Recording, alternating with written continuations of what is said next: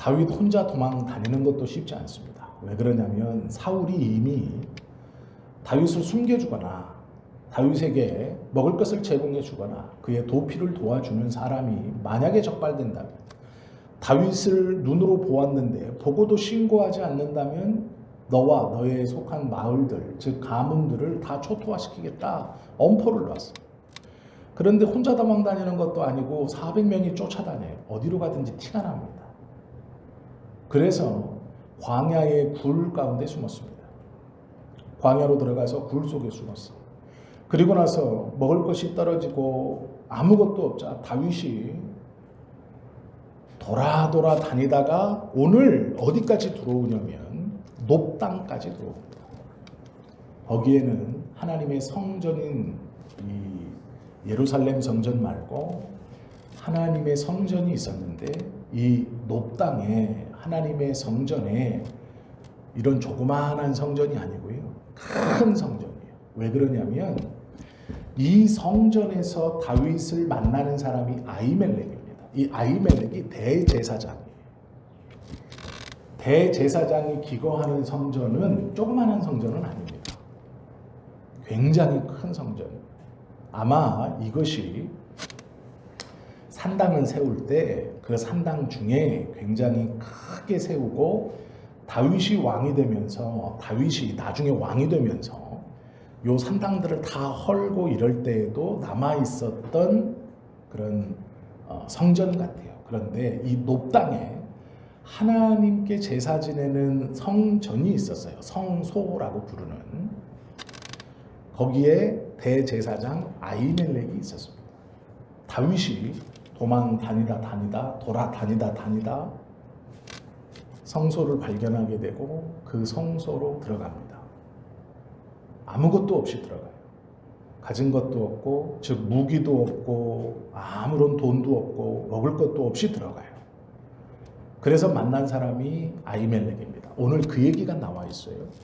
오늘 본문에는 직접적으로 등장하는 사람 세 사람, 다윗, 아히멜렉, 도액, 그리고 그 뒤에서 등장하는 사울, 이 네 명의 사람이 이야기를 꾸려가는 겁니다. 네 사람이 성소에서 벌이는 일이에요. 배경은 성소이고 네 명의 사람이 이 성소, 하나님께 예배하는 거룩한 곳에서 벌어지는 일이에요. 다윗은 아무것도 없이 성소로 들어와서 대제사장인 아히멜렉에게 먹을 것과 무기를 요구합니다. 그리고 아히멜렉은 이 얘기를 듣고 이곳은 성소이고 지금은 하나님 앞에 들어갔다 나온 진설병밖에 없다라고 얘기해요. 그런데 다윗이 그것이라도 달라고 합니다. 그러니까 아히멜렉이 확인을 합니다. 5덩이를 주십시오라고 하니까 5덩이, 한 덩이에 100명씩 먹을 수 있는 것인데 5덩이를 달라고 그래요. 그러면 아히멜렉이 듣기에는 500명가량이 먹는 겁니다. 떡 5덩이면 이 덩이라는 숫자가 성경은요, 떡이 한 덩이 이렇게 표현하는 게 아니고 성경에서 덩이라고 할 때 이렇게 생각하시면 돼요. 열왕기상하 사무엘상하를 잘 읽어보면 전쟁하는 이야기들이 종종 나오는데, 이때 꿈을 꾸는데 떡 한 덩이가 굴러 들어와서 진중을 막 무너뜨리는 그런 환상을 꾸기도 합니다. 꿈을 꾸는데 떡 한 덩이가 굴러와요, 산에서. 그래가지고 천막을, 군인들이 생활하는 천막을 쳐서 무너뜨리고 이런 꿈을 꿔요. 우리가 생각하는 요런 떡 한 덩이 요런 게 아니고 100여 명이 먹을 수 있는 게 한 덩이라고 이 사무엘상은 그런 이야기들이 종종 나와요. 아비가일이 다윗을 달래기 위해서 쌓아왔던 떡과 이 건포도 덩이도 이 덩이라고 되어 있어요. 덩이, 양이 굉장히 많은 거예요. 그래서 다윗의 공동체가 먹고 마실 만한 양을 싸갖고 온 겁니다. 5덩이는 약 500명이 먹을 수 있는 것인데, 아히멜렉의 입장에서 다윗이 빈털터리로 들어옵니다. 몰골이 완전히 말이 아니에요. 자기가 알고 있는 다윗의 모습이 아닙니다. 완전히 넝마로 들어와요. 그래서 묻습니다. 이런 몰골로 여기까지 오면 어찌미냐라고 물었더니 다윗이 뭐라고 그러냐면 성소 안에서 거짓말을 합니다. 뭐라고 거짓말을 하냐면 제가 지금 사울 왕의 특급 명령을 아무도 모르게 수행하는 중입니다. 그래서 몰골이 이렇습니다. 왕이 나에게 비밀 명령을 내렸다는 거예요.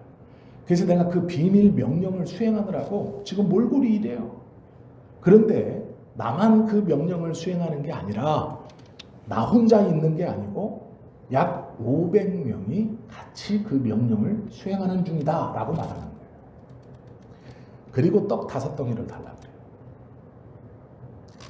아히멜렉이 그러면 지금 이곳은 전설병밖에 없는데 진설병밖에 없는데 떡을 새로 해서 하나님 앞에 드렸다가 그 떡이 다 식고 새로운 떡을 해서 이 새로운 떡을 드리고 물려 나온 떡밖에 없는데 이 떡을 주겠다. 그런데 조건이 있다. 너와 함께 한 소년들이 정결하고 성결하냐라고 물어요. 여기서 정결하냐 성결하냐는 두 가지 의미입니다. 첫째는 시체를 가까이 하지 않았느냐, 두 번째는 여인을 가까이 하지 않았느냐라는 뜻이에요. 다윗이 또 거짓말합니다. 정결합니다. 일반적으로 돌아다닐 때도 우리가 정결할 거거늘 하물며 지금은 사울왕의 특급 명령을 수행하는 중입니다. 그러니 정결할 수밖에 없습니다. 의심하지 않으셔도 됩니다. 그래서 아히멜렉이 떡을 내어줍니다. 그리고 다윗이 그 떡을 받고 그냥 가는 게 아니에요. 한마디를 더 합니다. 혹 이곳에 무기로 쓸만한 것이 있습니까? 이렇게 물어요. 무기로 쓸만한 것이 있습니까? 그러니까 아히멜렉이 뭐라 그러냐면 네가 옛날에 블레셋 대장인 골리앗을 죽였을 때 그 골리앗이 들고 있던 칼이 보자기에 쌓여서 저 커튼 뒤에 있다. 필요하면 그거라도 가져가라. 그러니까 다윗이 좋습니다. 지금 그거보다 더 좋은 무기가 없습니다. 그리고 떡 5덩이하고 그 무기를 들고 가는 거예요. 그런데 고 다윗과 아히멜렉이 대화를 할 때 성소 안에 누가 있었냐? 도액이라는 사람이 있었어요. 도액은 성경에서는 사울의 목자장이라고 말하지만 지금으로 말하면 중앙정보부장 같은 거예요. 사울의 최측근이에요.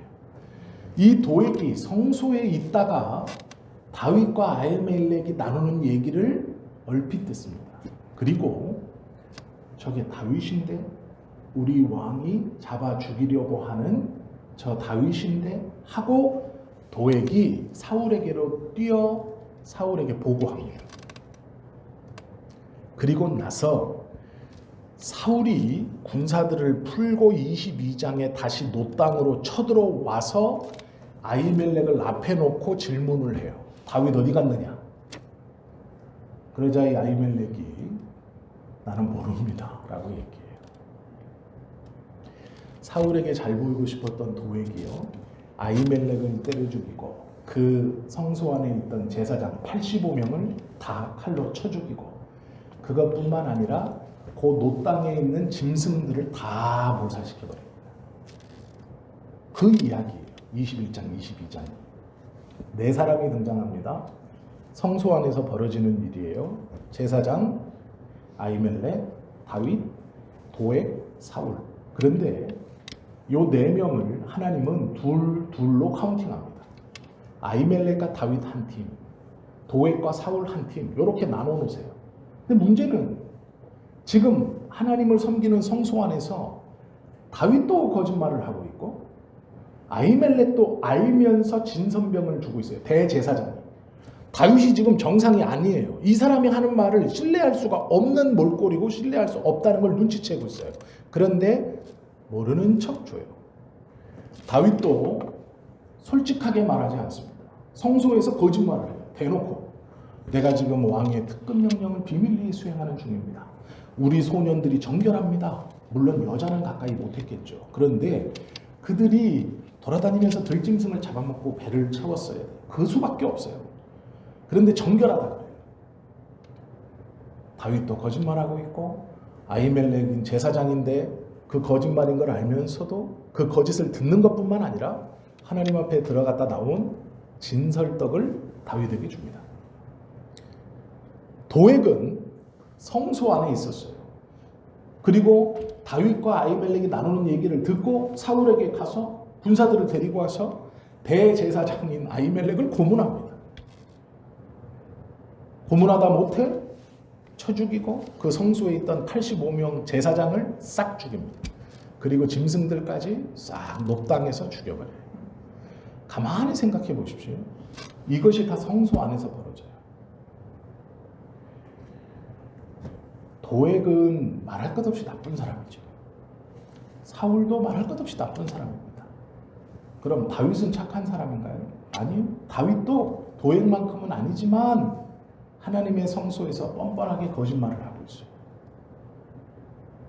그리고 하나님의 진설병을 아무렇지 않게 먹습니다. 그리고 자기와 함께 한 빈털털이어서 아무것도 없는 사람, 억울한 마음을 가득 품고 있는 사람, 남한테 큰 빚지고 도망다니는 사람인 그 공동체한테 갖다 줘요. 먹어라. 50보 100보입니다. 아히멜렉도 마찬가지죠. 눈치를 챘지만 모르는 척해요. 하나님 앞에 들어갔다 나온 제사장들만이 먹을 수 있는 떡, 율법으로 정해져 있는 이 떡을 모르는 척 다윗에게 줍니다. 50보 100보예요. 목숨 걸고 성소 안에서 진실을 말하는 사람 없고 목숨 걸고 성소 안에서 정의를 말하는 사람 지금 없어요. 50보 100보인데 문제가 하나님은 50보 100보를 다르게 평가하십니다. 다윗과 아히멜렉을 의의 편에 놓고 도액과 사울을 하나님의 반대편에 둡니다. 정확히 따지면 50보 100보예요. 나쁜 놈과 덜 나쁜 놈이에요. 나쁜 놈과 더 나쁜 놈이에요. 그런데 이걸 다르게 보세요. 우리는 빵점 아니면 100점으로 보죠. 믿음이 좋다, 나쁘다. 저 사람은 신뢰할 만해, 신뢰하지 못해. 저 사람은 하나님을 믿어, 안 믿어. 저 사람은 신앙이 있는 것 같아, 없는 것 같아. 우리는 100점 아니면 빵점으로 생각해요. 그런데 하나님은 그렇지 않다는 거예요. 오늘 본문에서 얘기하시는 것을 잘 이해하셔야 돼요. 50보와 100보는 달라요. 우리는 그게 그놈이라고 말하지만 하나님은 그게 그놈이 아니라고 말씀하시는 거예요. 둘은 완전히 달라요. 다윗은 쫓기면서 아무것도 없고 아무도 반겨주지 않을 때 하나님의 성소를 보고 다가와요. 아무것도 없이. 그리고 하나님의 성소에서 하나님의 제사장에게 요구해요. 먹을 것을 줘라. 무기를 줘라. 라고 요구해요. 이게 무슨 말입니까? 성소를 보고 와요. 즉 하나님의 성소는 다르다라고 오는 거예요. 다른 공동체는 나를 다 거절하고 다른 장소는 나를 다 거절하고 다른 사람들은 나를 다 거절하고 고발하고 고소하고 사울에게 달려갈 거지만 성소는 다를 거다. 하나님을 예배하는 장소는 다를 거다. 하나님을 예배하는 자는 다를 거다 하고 오는 거예요. 아무것도 없이 빈 마음으로 옵니다. 그리고 거기서 요구를 해요. 하나님의 대제사장이 거짓말을 해가면서 자신의 필요를 구해요. 떡을 5덩이 주십시오. 내가 몰래 먹고 가는 것도 감지덕지한데 다윗은요 떡 5덩이 500명 먹을 거 주십시오라고 하는 거예요. 무기 있으면 무기도 주십시오. 아히멜렉은 대제사장이면서 율법을 어기고 그 떡을 다윗에게 주고 무기도 줘요. 도액은 왕궁에서 일하는 목자장, 왕의 목자장이면서 우리로 말하면 중앙정보부장 같은 거예요. 높은 직에 있는 사람입니다. 그는 왕과 바로바로 독대할 수 있는 권력을 가지고 있는 사람이에요. 그가 성소 안에 있었습니다. 그런데 다윗을 봐요. 그러면 그가 왜 성소 안에 있었을까요? 하나님을 공경해서요? 아니에요. 하나님이 탈출구여서요? 아니에요. 다윗과 달라요. 다윗은 간절한 마음으로 성소에 왔어요. 그런데 이 사람은 출세의 도구로 성소에 와 있는 거예요. 잘 보이려고. 출세의 도구로 성전에 들어와 있어요. 그러니 자신의 출세에 디딤돌이 되면 대제사장도 죽여버리는 거예요. 나머지 85명 제사장도 단칼에 죽여버리는 거예요. 자기의 출세에 성소를 디딤돌 삼아 있는 거예요. 도액이 왜 성소에 있었어요? 디딤돌로 삼는 거예요. 출세할 수 있는 여러 방법 중 기회 중 하나예요. 하나님을 섬긴다는 게. 성소에 있었던 도액은 제사장 죽이기를 겁내하지 않습니다. 제사장들 85명 죽이기를 망설이지 않아요. 그리고 그 땅에 돌아다니는 짐승들까지 본보기로 싹 죽여버립니다. 망설이거나 두려워하지 않습니다. 왜요? 하나님의 집이 그의 출세의 디딤돌이거든요.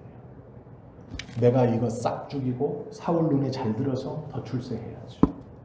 그러니 하나님의 대사장이건 성소이건 상관없어요. 살육하고 죽이고 고문하고 피바다를 만드는 것에 아무런 거리낌이 없어요. 대제사장 아히멜렉도 성소 안에 있었고 도액도 성소 안에 있었고 다윗도 성소 안에 있었어요. 그런데 문제는 다윗은 성소가 유일한 희망이에요. 굶고 있는 내 배를 채워줄 유일한 곳이에요. 저기는 달라요. 저기는 다를 거야. 저기는 나에게 먹을 것을 줄 거야. 저기는 내 배를 채워줄 거야. 다 거절하지만 다른 공동체 다 거절하고 다른 사람 나를 다 고발하고 하지만 저기는 다를 거야 라고 들어오는 사람과 내 출세를 위해서 내 출세의 디딤돌로 내 출세에 도움이 된다면 대제사장도 가차없이 죽여버리고 85명의 제사장도 가차없이 내몰 수 있고 공포심을 이용해서 짐승을 싹 죽이면서 자기 출세에 이용할 수 있는 마음으로 성소 안에 들어와 있는 도액과 똑같지 않죠. 죄인이고 더 나쁜 죄인이지만 죄인과 더 나쁜 죄인은 다른 거예요. 하나님은 이 둘을 구별하십니다. 성소에 와서 거짓말하고 율법을 어기고 하나님의 떡을 자기만 먹는 게 아니라 그 불량한 사람들에게 나누어주는 다윗도 좋은 사람은 아니에요. 우리는 다윗이 어떤 짓을 하는지 알죠. 나중에 음식을 채우기 위해서 자신의 부하의 아내를 범하고 그 부하를 죽여버려요. 다윗은 그런 사람입니다. 다윗이 결코 깨끗하거나 성결하거나 온전해서 하나님이 마음에 기뻐하시는 게 아니에요. 그런데 다윗이 다른 게 하나 있어요. 성전을 어떻게 생각하느냐. 시편에 보시면 다윗이 성전에 갈 때마다 부르는 노래가 있습니다. 시편에 보시면 놀랍게도 다윗은 성전에 올라갈 때마다 노래를 해요. 올라간다고 표현해요. 정확히 말하면 예루살렘 성이 더 위에 있습니다. 성전보다. 내려가는 게 맞아요. 그런데 다윗은 항상 올라간다고 표현해요. 내가 성소에 올라갈 때. 그리고 그 노래를 조그맣게 부르는 게 아니고 크게 부르고 내가 지금 하나님의 집에 간다. 내가 이제 성소에 올라간다. 우리 같이 올라가자. 얼마나 기쁘냐. 다윗은 하나님의 성소를 희망으로 삼았어요. 자신의 배고픔을 채워줄 수 있는 유일한 곳, 은혜를 받을 수 있는 유일한 곳, 세상과 저들과는 저 공동체와 저곳과는 다른 어떤 곳으로 하나님의 성소를 생각하고 들어가요. 반면에 도액은 출세의 도구예요. 이미 그 안에 들어와 있었지만 꺼리낌이 없어요. 내 출세의 디딤돌, 누구도 꺼리낌이 없어요. 대제사장이건 제사장이건 인원수 상관없이 자신이 출세할 수 있으면 다 죽일 수 있어요. 다 구분할 수 있어요. 악하지만 하나님은 50보 100보를 다르게 보세요. 그래서 우리에게 소망이 있어요. 우리는 엄밀히 말하면 50보 악한 놈들이에요. 100보가 아니에요. 아니 어쩌면 60, 70, 80 그래도 100보는 아니에요. 그래서 소망이 있는 거예요. 부족하고 모자르지만 그래서 우리가 소망이 있어요. 왜요? 하나님은 다르게 보세요. 99 그래도 100은 아니지 않냐. 90 그래도 100은 아니지 않냐. 80 그래도 81은 아니지 않냐. 가능성이 있다. 괜찮다. 지금은 1도 차이지만 시간이 가면 갈수록 점점 달라진다. 하나님은 우리에게 그것을 기대하세요. 다윗이 하나님 앞에 보였던 모습도 그 1도의 차이예요. 조금의 차이. 지금 상황에서는요, 도액이 더 좋은 사람 같아요. 왜냐하면 도액은 처음부터 성소에서 하나님을 예배하기 위해서 성소 안에 있었고, 다윗은 들어와서 거짓말을 하기 시작해요. 요 장면 21장만 탁 잘라보면 도액은 좋은 사람이에요. 세상적 지위도 괜찮고, 그가 그의 일에서 전문직이기 때문에 목자장이에요. 그거는 얼렁설렁 힘으로 요령으로 되는 게 아니에요. 목자장은 전문가입니다. 그 분야에서 노력하고 자기의 기술을 실력을 인정받아서 목자장이 된 거예요. 21장만 보면 도액이 오히려 좋은 사람이에요. 도액은 지금 죄를 짓고 있지 않는 것 같아요. 그런데 문제는 21장을 넘어 22장에 들어가면 도액의 본심이 나와요. 하나님을 어떻게 믿고 있는가? 출세의 디딤돌로. 다윗은요, 유일한 희망이 하나님이에요. 자신을 건져주고 지켜줄 유일한 희망이 하나님. 힘도 없고 아무것도 없는 이 공동체를 유지시키고 붙들고 끌고 갈 수 있게 해주시는 분이 하나님이에요. 이것이 다른 거예요. 겉으로 볼 때는 똑같지만 이 다름이 점점점 시간이 지나면서 변해간다라는 것이죠. 다윗은 절박함에서 하나님을 찾아요. 도액은 하나님을 출세의 도구로 찾습니다. 이건 완전히 달라요. 우리가 하나님을 나의 삶의 풍요의 도구로 찾으면 도액과 같아요. 무서움이 없죠. 두려움이 없어요. 하나님도 무서워하지 않아요. 내 성공에, 내 출세에, 내 삶의 액세서리면 아무도 무섭지 않아요. 우리는 하나님의 은혜 위에 서 있는 사람들입니다.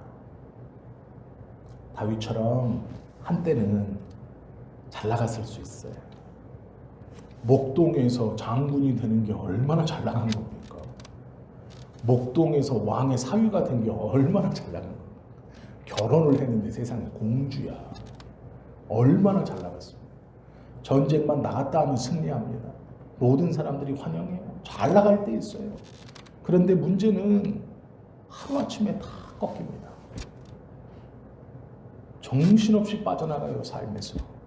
그래서 결국 배고픈 지경까지 와요. 대제사장이 보고 깜짝 놀래요. 이 몰골이 어찌미냐 라는 거예요. 넉마를 걸치고 완전 거짓골을 하고 돌아다니고 있어요. 모든 걸 다 잃었죠. 근데 안 무너져요. 안 무너집니다. 왜 안 무너질까요?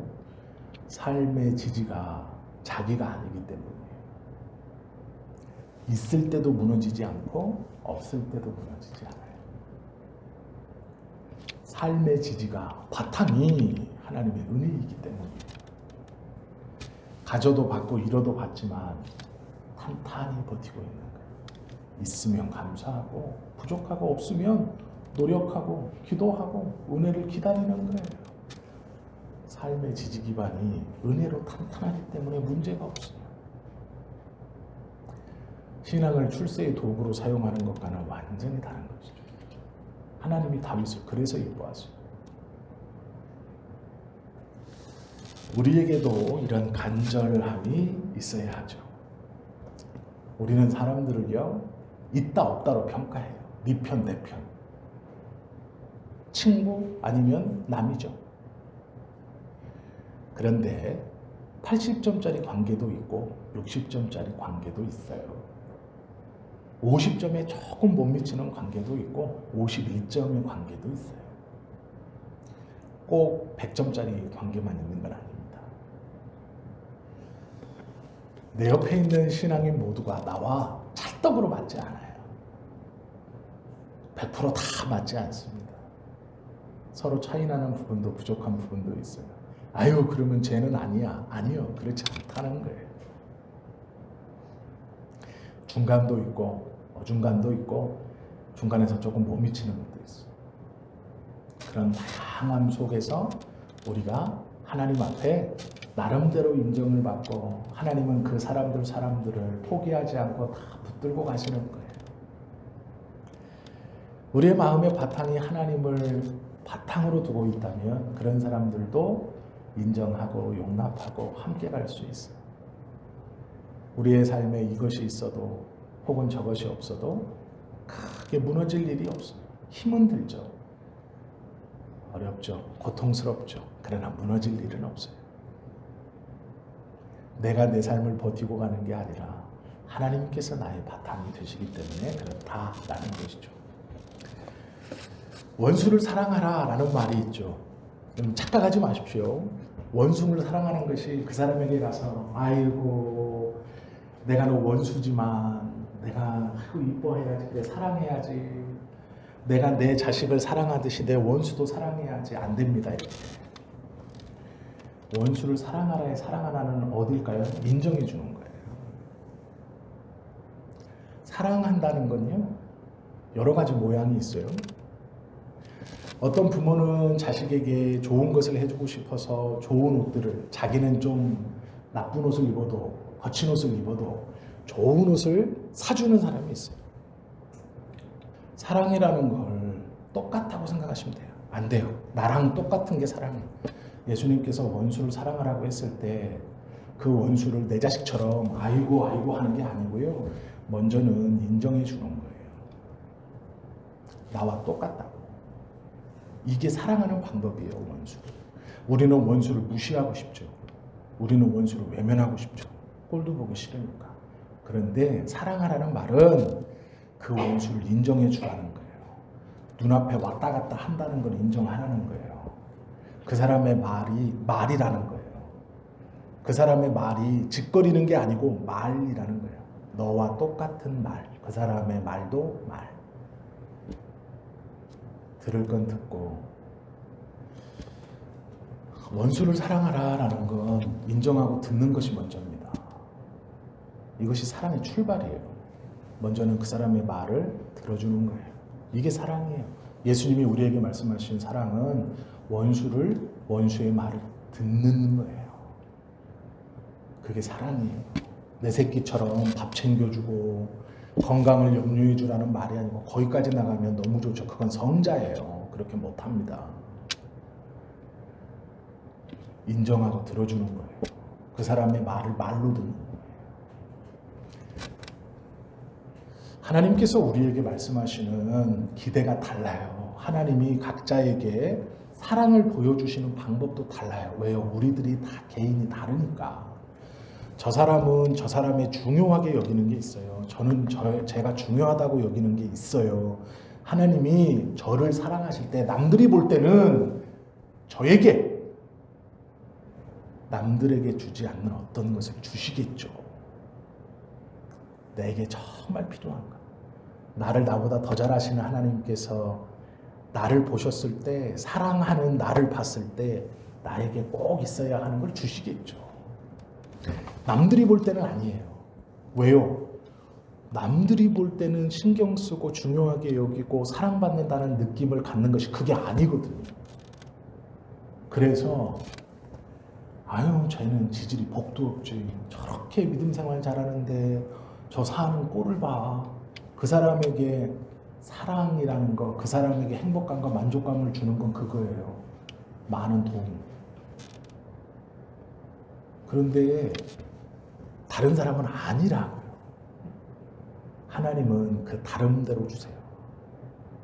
그 사람에게 꼭 있어야 할 거. 하나님 나를 돈을 많이 받는 거, 하나님한테 돈 많이 받는 거를 하나님이 날 사랑하는 방법으로 알을게요. 내가 아무리 그런다고 해도 그렇게 안 해요. 하나님은. 제가 아무리 농구화를 떠들어도 우리 아버지는 그 신발을 갖고 오는 게 됐지예요. 제가 신경도 못 썼던 잘 먹는 게 사랑의 표현이에요. 그리고 그게 저한테 꼭 필요한 거예요. 하나님께서 우리에게 믿음을 두시고 우리를 대하시는 것, 또 우리를 채우시는 것은 그것과 같아요. 사람마다 달라요. 똑같은 걸 구하실 필요 없어요. 하나님이 우리에게 주시는 것은 하나님이 우리에게 주시기에 가장 좋은 것이죠. 꼭 필요한 것이죠. 나는 농구화가 필요하다고 생각하지만 잘 먹는 게 더 필요한 거예요. 우리 부모님이 자식을 사랑하는 방법의 표현은 잘 먹이는 거였어. 나는 농구화였고, 지금 어쩌면 우리가 하나님에 대해서 그러고 있을지 몰라요.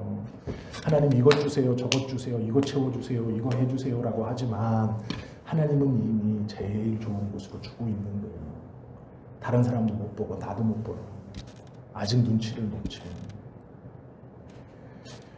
다윗은 간절해요. 하나님만 달라요. 그 마음을 가지고 나옵니다. 성소에 들어가요. 그 간절함 가지고. 하나님밖에 없어요. 다 자기를 잡아 죽이려고 그래요. 다 자기를 미워하고 수군거리는 것 같고 다 고발하고 신고할 것 같아요. 그런데 성소는 다르겠죠. 하나님은 다르겠죠.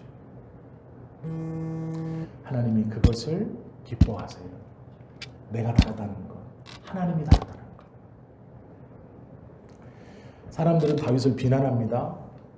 저거 거짓말해서 제사장만 먹는 떡 5덩이 가져다가 도랑자들, 저 빚진 자들, 억울함만 품은 자들, 저거 뭐 인간 같지도 않은 사람들, 비루한 자들은 깡패 건달들을 얘기하는 거거든요. 성경에서. 그런 사람들이 다윗에게 모여있어요.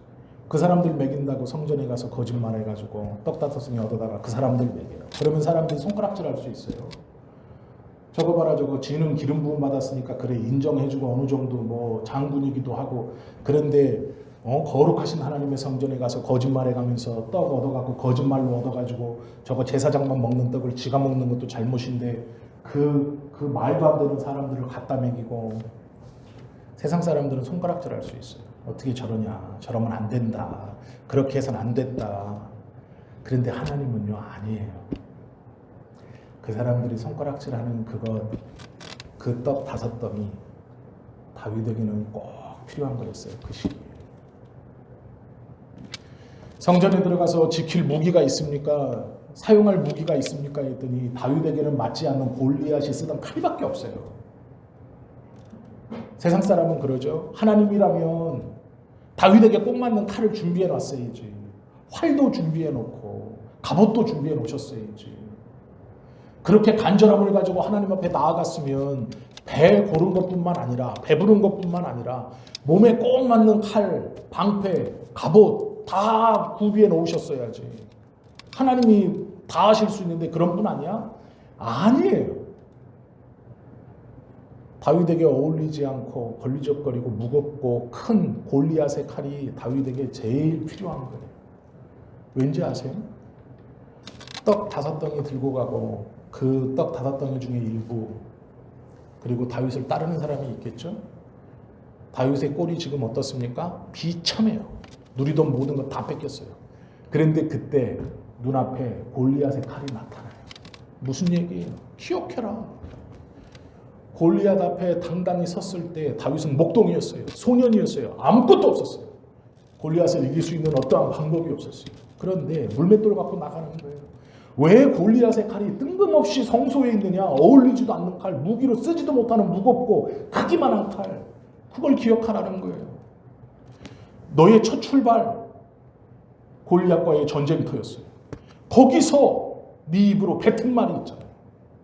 너는 칼과 단창으로 내게 오거니와 나는 내가 모욕하는 망군의 하나님 여호와의 이름으로 내게 가노라. 그거 기억해라라는 거예요. 뜬금없이 성소에서 골리앗에 칼을 줘요. 무기로 써먹지도 못할 거. 어쩌면 무거워서 끌고 다녀야 되는 칼이에요. 그런데 그걸 받으며 다윗이 뭐라 그래요? 가장 좋습니다. 이것보다 더 좋은 게 없으니 날 주소서. 왜요? 골리앗과의 싸움을 어떻게 이겼는지 기억하는 거죠. 아무것도 없었던 그 순간 여기는 다를 거야. 하나님은 다르겠지. 하나님만이 방법이야. 간절함으로 왔을 때 그 골리앗의 칼을 다시 손에 쥐면서 내가 출발했을 그때 내가 모든 것을 갖고 하나님의 약속을 이제 이루어 나가는 그 출발을 다시 기억하고 그 믿음을 생각하는 거예요. 그래서 골리앗의 칼이 제일 필요한 무기예요. 몸에 꼭 맞고 휘둘러 사람을 죽이는 무기가 필요한 게 아니고 그 골리앗의 칼이 그래서 필요한 거예요. 다윗이 그것을 꼭 맞습니다. 나에게 지금 꼭 필요합니다. 이것보다 더 좋은 게 어디 있겠습니까? 하고 받는 거예요. 그 마음을 하나님이 기뻐하세요.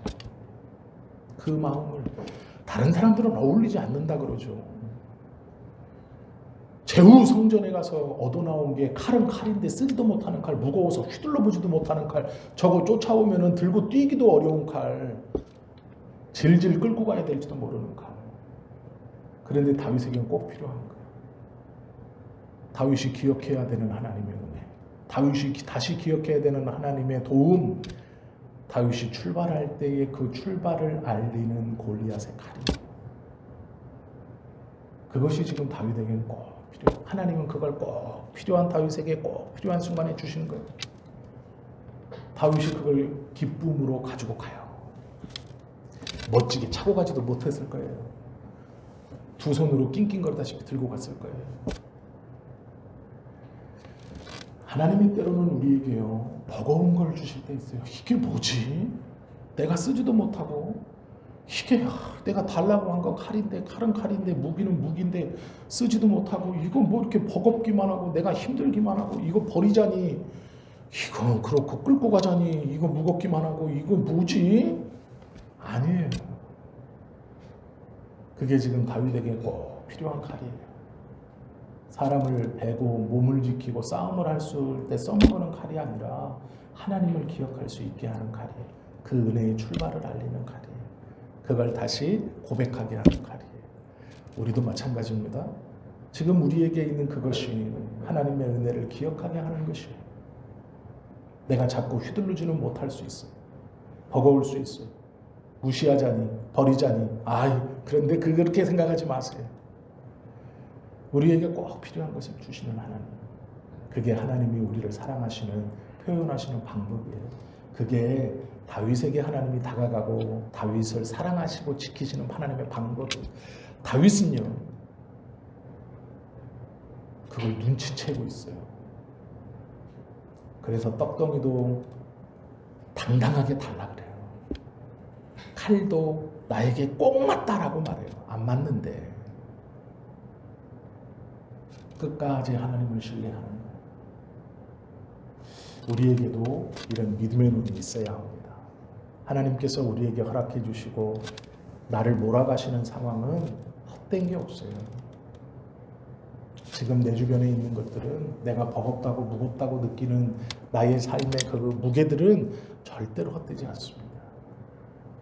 꼭 필요하시기 때문에 지금 허락하신 거예요. 꼭 필요하시기 때문에 지금 주시는 거예요. 그러면 다윗처럼 신뢰해야 돼요. 그래, 이제 그때 내가 너무 힘들어 잊어버렸지만 이제 다시 돌아보니, 이걸 보니 생각난다. 내가 기억해야 되는구나. 내가 기도해야 되는구나. 그때처럼 하나님을 신뢰해야 되는구나. 그게 떡덩이와 칼입니다. 그게 다윗의 마음이고 하나님에 대한 신뢰예요. 하나님께서 다윗을 사랑하셔서 베풀어 주시는 하나님의 사랑의 표현이에요. 우리도 받고 있어요. 우리가 아직 시야가 넓지 못하고 말씀을 다 깨닫지 못해서 그것이 무겁게만 느껴지고 거추장스럽게만 느껴질지 모르겠지만 그렇지 않습니다. 하나님이 우리를 사랑하시고 지금 우리에게 꼭 필요한 것을 주시는 거예요. 잠잠히 곰곰이 가만히 묵상해 보세요. 왜 이러셨을까? 왜 이러실까? 왜 이걸까? 왜 지금인가? 내가 필요한 건 이거 같은데 왜 이걸 허락하실까? 왜 이걸 곁에 두게 하실까? 곰곰이 한번 묵상해 보세요. 그러면 우리 모두가 다 하나님이 원하시는 대답, 하나님이 원하시는 고백, 하나님이 원하시는 믿음의 삶을 다 살아가실 수 있으실 겁니다. 그런 은혜를 누리고 느끼고 깨닫고 고백하며 살아가는 저와 여러분 모두가 되시기를 예수님의 이름으로 축원합니다. 기도드립니다.